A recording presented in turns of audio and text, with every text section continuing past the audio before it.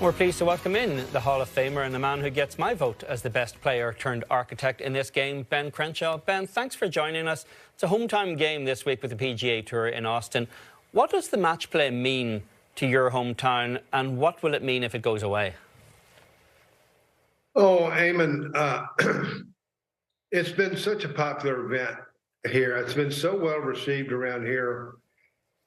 Austin Country Club is a wonderful test. And I know that, you know, so many of you and so many other people have remarked that it's a great match play course. There's a lot of liberties you can take on the golf course. Some daring shots. There's a lot of water. It's very thrilling for the gallery.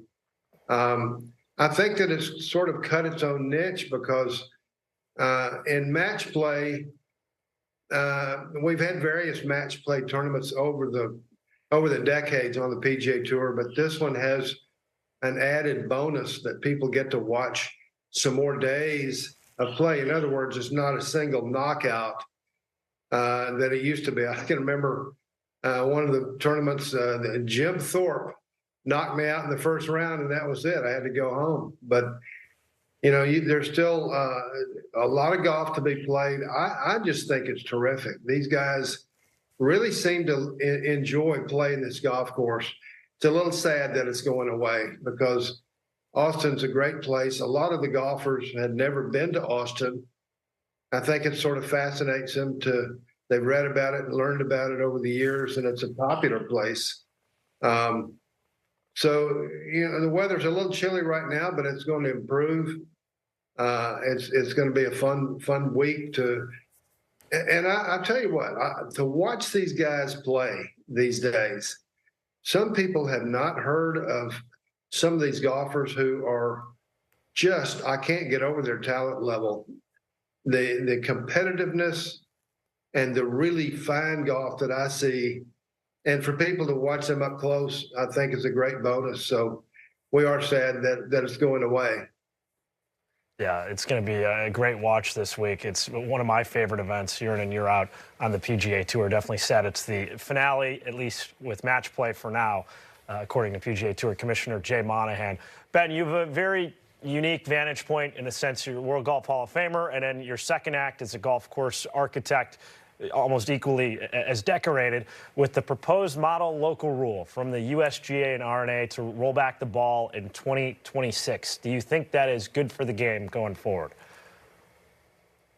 This has been brewing for a good while. I think that it seems to me like some of the younger players maybe are going to enjoy that, but some of the older players that as Harvey Penick used to say, more seasoned players may like it. You know, it's still, if the ball doesn't go, if it goes 15 or 20 yards shorter, I think the long hitters are still going to have the advantage. It's a different test. I have never seen the ball travel as far as it's traveling now, but you have different dimensions. Yes, the golf ball, yes, the golf clubs, but you have superior athletes. You know, everybody is training, everybody's in great shape, and everybody's looking for speed, and it's evident. It's almost unfathomable to me as a longtime player to see that almost half of the golfers can carry the ball 300 yards. It's just, I never thought that I would see that.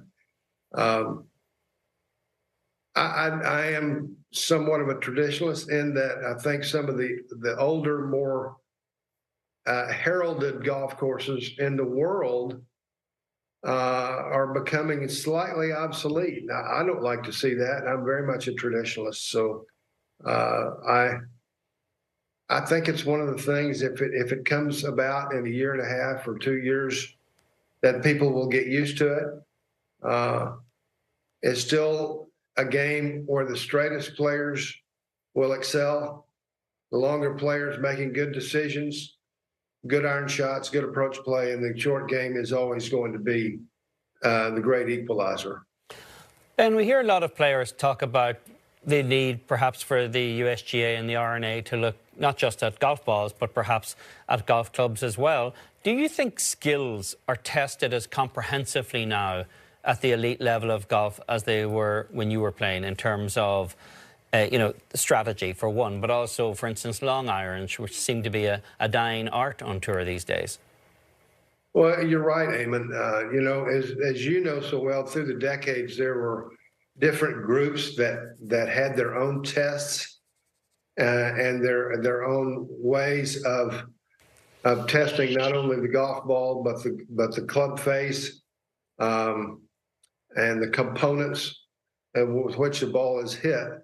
And it just, to me, it's almost like in the hands of these wonderful athletes, the golf ball and the golf club is made for speed. It's very conducive to producing these unbelievable results. So it's very hard to fathom a golf ball can be propelled any further. It's very, very, as you know, the coefficient of restitution is right there. I mean, the faces are scrutinized to an nth degree. So I don't know. I really think that I think it's the kind of thing, it's just slightly rolled back. I think people will get used to it. The best players are going to win. Ben, in talking with USGA CEO Mike Wan last week, one of the big elements he was pushing with this proposal was sustainability from a golf course standpoint, just saying a lot of these historic courses, like you were saying, are just spatially constrained. They don't have the capacity to try and extend to keep up with the incremental increases that the modern game has seen.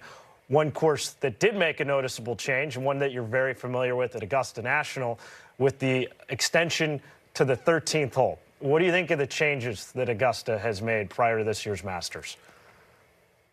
George, I actually was there last week. I went with 2 groups to play. I must say, I walked back there on number 13. First of all, it's a chore to get there because it's way up. It's got I think it's 30 feet higher, but it's way back there. But the fact that it's an elevated tee even more makes it more inviting. They did I think a wonderful job of calculating how far this ball is going to go. And here's the thing to me. The golfers are going to have to resist the temptation to try to turn that ball around the corner, which is the magnet. The trying to get around that corner is way out there. I think the longest players are going to have to resist that temptation. It's all laid out there, though, and I think it's very much a modern move. They do things so well there. They study and study and study, and then they make it happen. I'd say when you see the hole on TV, when they put the camera back there, you'll see how inviting that shot looks because of its altitude. But I can remember decades ago that you really wanted to try to turn that ball over and get it around the corner. It's a daring shot. It's what Dr. McKenzie had in mind, and Bobby Jones, when they talked about some of the par fives there being 4.5s instead of par fives. But the temptation will be there. Let's see how they do it this year, but I think they've made the right move. There's no doubt. Ben, you're one of a very select group who knows where he's eating dinner Tuesday night of the Masters every year, which is probably the most elite group in this game. There's a lot of water under the bridge since the last Champions Dinner at Augusta. A lot of comments have been made in public from different people who'll be there. Do you sense it's going to be any different this year, the mood, or what are you anticipating? I really think that certainly my emphasis is to honor Scotty Scheffler the champion. You know, each year that we honor the champion, it's his dinner, his menu. Wow, that's an eclectic menu too, a little bit of everything. I'm actually looking forward to seeing Scotty this week in Austin. I'm going to have a word with him. First of all, to congratulate him on his unbelievable play. Gosh, can't tell you how much fun it's been watching. But, you know, we're all champions in that room. If I'm last count, I think there's 7 players that have joined LIV. But my emphasis is going to be on, look, everyone's together in this room. Everybody fought really hard to get in this room. We should all be happy that we're together. You know, people make choices in life. I'm very old-fashioned. I don't really particularly like what's going on. I think the worst thing to me is it's fractured some relationships from player to player. Golf has really never been that way. Golf is a very traditional game, but I really don't anticipate so much animosity. It's going to be difficult. I know some players it's probably going to be tense in a few moments, I suppose, but I don't know. I don't know where this thing's going anyway, but it's to my mind, it's a little bit disruptive. I'm, as I say, I'm very much a traditionalist, and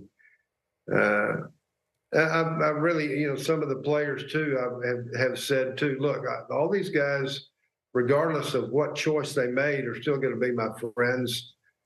I applaud that. I think that's the way we ought to keep going. Well, certainly something to look for Tuesday of Masters Week. Ben, thanks for being so generous with your time here on Golf Today. You're welcome. It's going to be a fun week.